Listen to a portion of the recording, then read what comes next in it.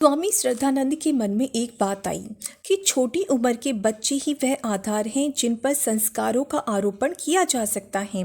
कच्ची लकड़ी को मोड़ा जा सकता है, पकी लकड़ी को मोड़ना मुश्किल है, तोड़ना आसान है। छोटी उम्र में यदि ध्यान दिया जाए तो बच्चों को महापुरुष बनाया जा सकता है। रामचंद्र जी और लक्ष्मण जी को विश्वामित्र जी छोटी उम्र में ले गए थे और उनको बला अति बला विद्या सिखाकर महामानव बना दिया था। ऋषि सांदीपनि के आश्रम में श्री कृष्ण भी छोटी उम्र में ही गए थे, वो महामानव बनकर आए थे। लव एवं कुश का शिक्षण वाल्मीकि के आश्रम में तब हुआ था जब वे बालक थे। छोटी उम्र का बड़ा महत्व है। बड़ी उम्र होने पर आते तो शायद इतना बड़ा परिणाम न निकलता जितना ज्यादा ऊंचे स्तर का शिक्षण छोटी उम्र में सिखाया जा सकता है।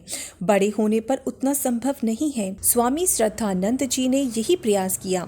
एक छोटा सा स्वयं का मकान था, उसे बेच दिया। मकान की कीमत मिली 5,000 रुपया। आज से लगभग 80 वर्ष पुरानी बात मैं कह रहा हूँ। घर बेचने के बाद हरिद्वार में गंगा के पार कांगड़ी गांव में गुरुकुल के नाम पर छोटे छोटे झोपड़े बनाए और 10 विद्यार्थियों से अपनी संस्था की शुरुआत करी। जिन्होंने भी देखा सबने मखौल उड़ाया।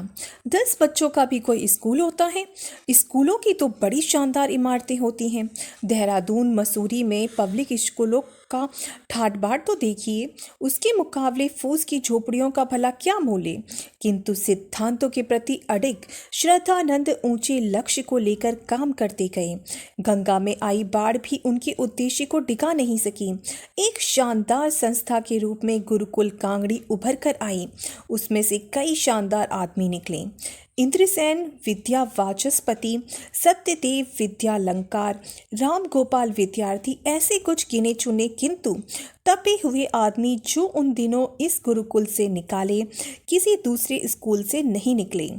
हमारे प्रत्येक काम को आप देखें तो आपको लगेगा कि वह प्रारंभ में भले ही छोटा हो, किंतु ऊंचे उद्देश्यों को लेकर आरंभ हुआ, वह बड़े परिणाम तक पहुंचा। एक छोटा सा छापाखाना खोला था हमने आज से 40-42 साल पहले। जिसने देखा हंसते हंसते लोटपोट हो गया। 350 रुपए की हाथ से चलने वाली मशीन से कोई जमाने को बदलने वाली पत्रिका भी छप सकती है क्या? सबने कहा क्यों पैसा नष्ट करते हो। कुल 1,000 का छापाखाना, काम करने वाले 3 आदमी, हाथ से बना कागज। दिखने में छोटा सा छापाखाना, पर हमारा मकसद बड़ा था, उद्देश्य बड़ा था, तो परिणाम जो निकलकर सामने आए वे कैसे शानदार थे। छोटी मशीन में दुनिया को हिला देने वाला ऊंची मकसद व उद्देश्यों वाला साहित्य छपता था, जबकि बड़ी बड़ी मशीनों में आपको क्या क्या बताएं। ऐसे गंदे उपन्यास व गंदी किताबें छपती हैं, किंतु हमारे छोटे से प्रेस ने दुनिया को झकझोर दिया। जिसके पीछे मकसद काम करते हैं, उद्देश्य काम करते हैं, तो क्रियाकलाप छोटे हों या बड़े, फलते व फूलते हैं। एक और उदाहरण आपको दूं। राजस्थान की वनस्थली नाम की एक जगह पर एक अध्यापक ने छोटा सा बालिका विद्यालय खोला। हीरालाल शास्त्री नाम के गांव के उस छोटे से अध्यापक ने अपना सब कुछ न्यौछावर कर दिया, तो वहां अब क्या है? करोड़ों रुपयों की इमारत बनी है। लड़कियां हवाई जहाज चलाना सीखती हैं। सही अर्थों में आत्मनिर्भर बन नारी को जगाने की विद्या में निष्णात होती हैं। न जाने क्या क्या वहां पढ़ती हैं। यह सब इसलिए हुआ कि इस सब के पीछे ऊंचा उद्देश्य था। हमारा भी आज गुरुकुल प्रारंभ करने के पीछे ऐसा ही उद्देश्य है। जब यह साथ होता है तो जनता, इंसान व भगवान सब सहायता करने आ जाते हैं। और उदाहरण सुनेंगे आप।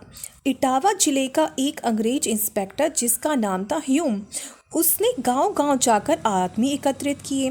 हिंदुस्तान में युवाओं की, जनता की एक समिति होनी चाहिए। उद्देश्य था पीछे तो 50-60 आदमी इकट्ठे हुए और कांग्रेस का जन्म हो गया। तिलक, नेहरू, शास्त्री, सुभाष चंद्र बोस सब उसी की देन है। छोटे संगठन के पीछे ऊंचे उद्देश्य हो, ऊंचा मकसद हो, तो वे दुनिया में सफल होते हैं। जिनके मकसद घटिया होते हैं तो वे बड़े काम करने वाले भी निंदा के पात्र बनते हैं। वह उन पर लानत बरसती है।